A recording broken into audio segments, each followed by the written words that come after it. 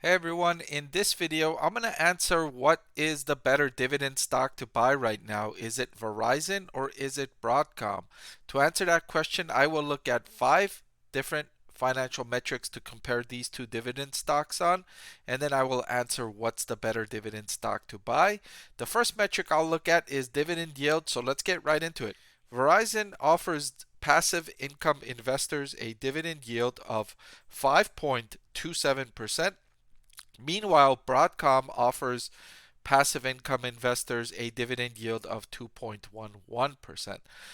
Although between these two dividends, I would say Broadcom's prospects are that it might increase its dividend payment over the next several years, while Verizon might reduce, pause, or cancel its dividend entirely because it's got so much debt that I think it might be more prudent for Verizon to use its cash to pay off some debt, although it remains to be seen if it will actually do that. So, just if you're thinking about longer term, which dividend is safer, which dividend has a chance to increase versus decrease, I think Broadcom's dividend has a chance to increase versus decrease for Verizon.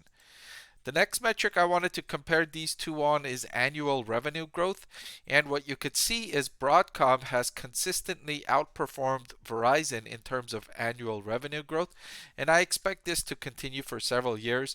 Broadcom operates in the semiconductor industry, which is still growing, whereas Verizon operates in the telecommunications industry, which is flat to at best, right? So for those reasons, I think revenue prospects better for Broadcom. Again, two in a row in favor for Broadcom.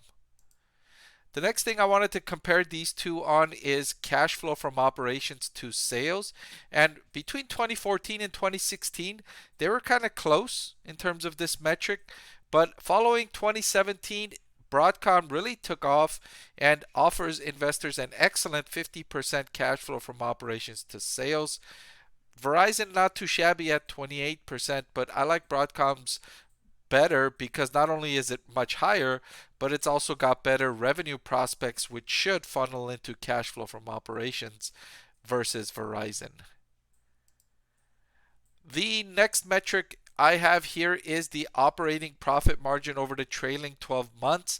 And again, similar where Verizon and Broadcom were close, and then Broadcom really took off here and demonstrating excellent operating profit margin of 45.3% versus less than half of 22.2% for Verizon. Another thing to note here is this really demonstrates the cyclical nature of Broadcom's business. It's a really up and down business every few years or so. Sales boom and then there's a dip and then sales booms again. Whereas Verizon is more flat. There is no boom or bust cycle for telecommunications, right? You don't all of a sudden get a bunch of people that cancel their wireless plans and then sign up for wireless plans again. It's a pretty steady business where, it's some people switch from Verizon to AT&T to T-Mobile and then back to Verizon, and it's kind of like a game of musical chairs, but the industry overall is not moving up and down the way semiconductor industry will move up and down. Finally, I wanted to compare these two on valuation, and I chose to use the forward price to earnings ratio.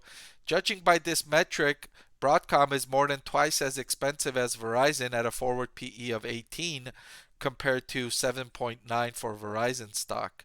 Still, if I had to pick between one of these two dividend stocks to buy, I would pick Broadcom.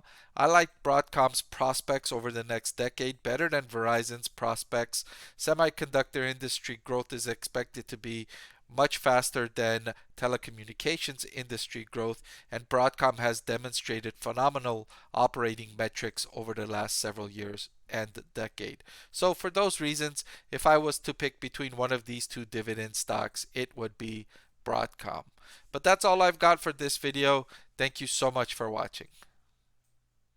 I want to thank the Motley Fool for sponsoring this video. Visit fool.com/Parkev for the 10 best stocks to buy now.